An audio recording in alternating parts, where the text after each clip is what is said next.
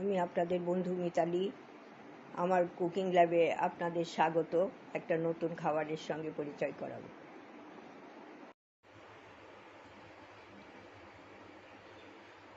বন্ধুরা, আশা করি ভালো আছেন। আমি মিতালি, আমার কুকিং ল্যাবে আপনাদের স্বাগত। আমি আজকে মাটন রেজালা করব। সেই জন্য এই যে মাটন রেখেছি, আর এখানে আমি পেঁয়াজ কেটে রেখেছি। এইগুলো আমি সেদ্ধ করব, পেঁয়াজ। আর এখানে কাজু আছে, কাজুটাও আমি যখন পেঁয়াজ সেদ্ধ করব দিয়ে দেবো, তার সাথে একসাথে ব্লেন্ড করে নেব। আর আলাদা করে আমি পোস্তটা বেটে নেব, এরকম একটু কাঁচা লঙ্কা দিয়ে বেটে নেব।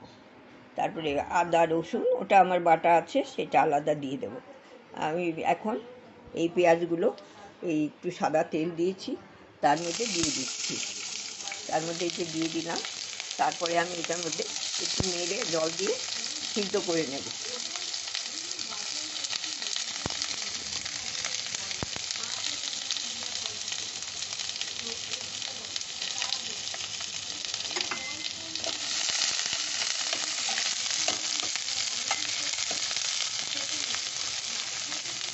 কাজুটাও দিয়ে দিচ্ছি, আর একটু কাজু লাগবে।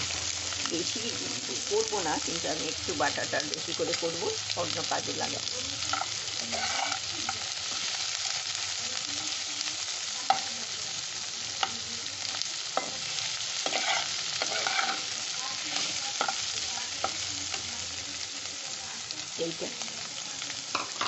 এইটার মধ্যে এখন আমি জল দিয়ে সিদ্ধ করে নেব, তারপরে ফিরে আসছি।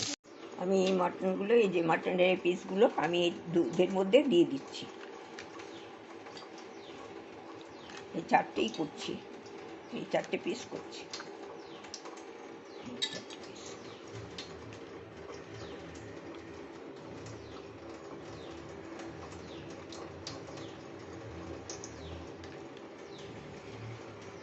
আমি এক হাতে করি তো, এই ক্যামেরাটা আমার একদম নড়ে টড়ে অন্যদিকে চলে যায় একটা কাজ করতে গিয়ে। এই যে দিয়ে দিলাম, এটা খানিকক্ষণ ভিজবে। তারপরে আমি ওই মশলাগুলো ব্লেন্ড করে নিয়ে ফিরে আসছি।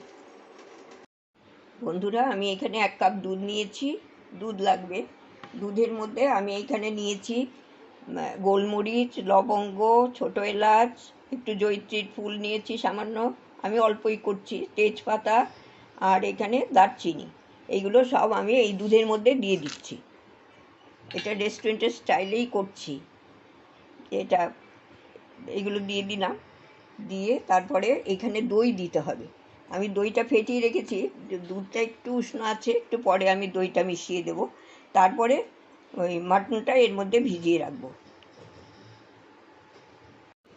বন্ধুরা, যে আমি এটা তো খানিকক্ষণ ভিজিয়ে রেখে দিয়েছিলাম, দুধ, দই আর মশলাগুলো দিয়ে দেখিয়ে দিয়েছি। আর এখন আমি এর মধ্যে এই পোস্ত বাটা একটু 1 চামচ মতো পোস্ত বাটা দিয়ে দেবো, এই যে এইটা। আর এইখানে আছে পেঁয়াজ সেদ্ধ করে বাটা, কাজু তার সাথে বাটা, এটাও আমি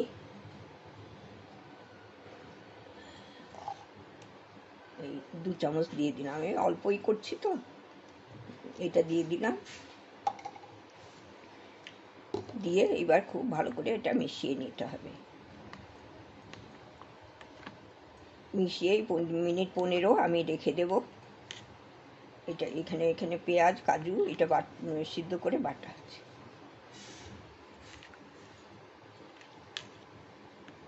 এখানে রেখে তারপরে আমি ফিরে আসছি।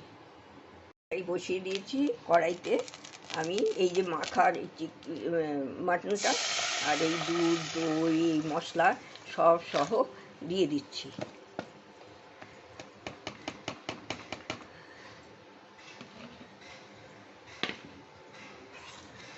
এটা দিয়ে দিলাম।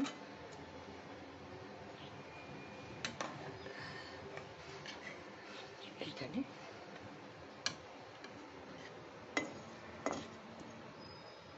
এটা আর একটু আমি এটা একটু জল দিয়ে ধুয়ে, এটা ঢিমে আছে। আসলে মাটন রেজালা রান্না করতে ঘন্টা 3 সাড়ে 3 ঘন্টা এরকম সময় লাগে। খুব ঢিমে আছে, ধীরে ধীরে ধীরে ধীরে হবে। আর আমরা তো গ্যাসের উনুনে করছি, এমনিতে তো রেস্টুরেন্টে ওরা অনেক রেস্টুরেন্টেই করে, কয়লার ওই জাস দিয়ে যে উনুন আছে উনুনেই করে।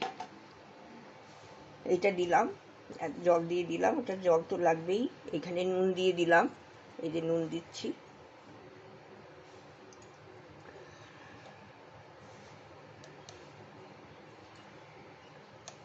আর এই ঘি দিয়ে দিলাম, ঘিটা কিন্তু একটু বেশিই দিতে হয়।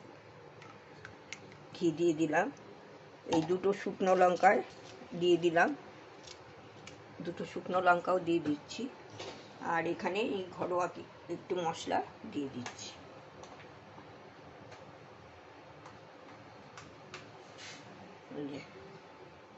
এই একটু জিরে গুঁড়ো সামান্য, একটু ধনে গুঁড়ো, এগুলোও সামান্য দিয়ে দিচ্ছি, খুবই সামান্য।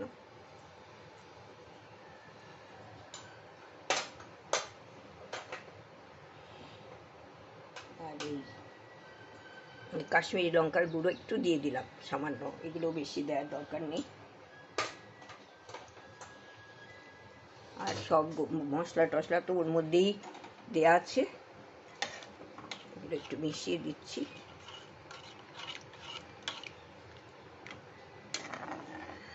হলুদ দিলাম না।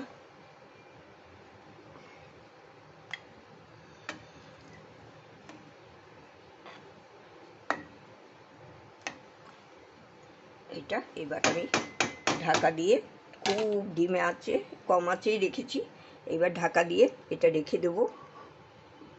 একটু চিনি দিতে হবে, পরে দেবো ওটা, চিনিটা।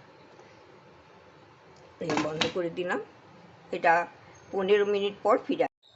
বন্ধুরা, আমার এটা তো স্ট্যান্ডিং টাইমে রেখে নামিয়েছি মাটন রেজালা।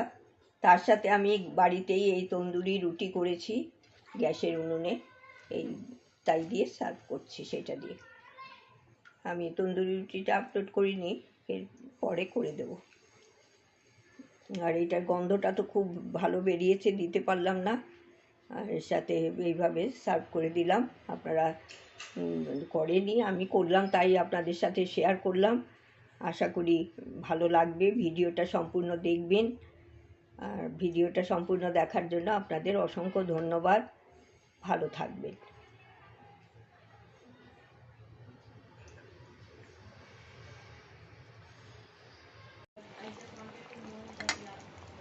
বন্ধুরা দেখুন, এটা হয়ে গেছে, এই যে সেদ্ধও হয়ে গেছে, এই যে ছেড়ে যাচ্ছে, এই যে ছেড়ে যাচ্ছে,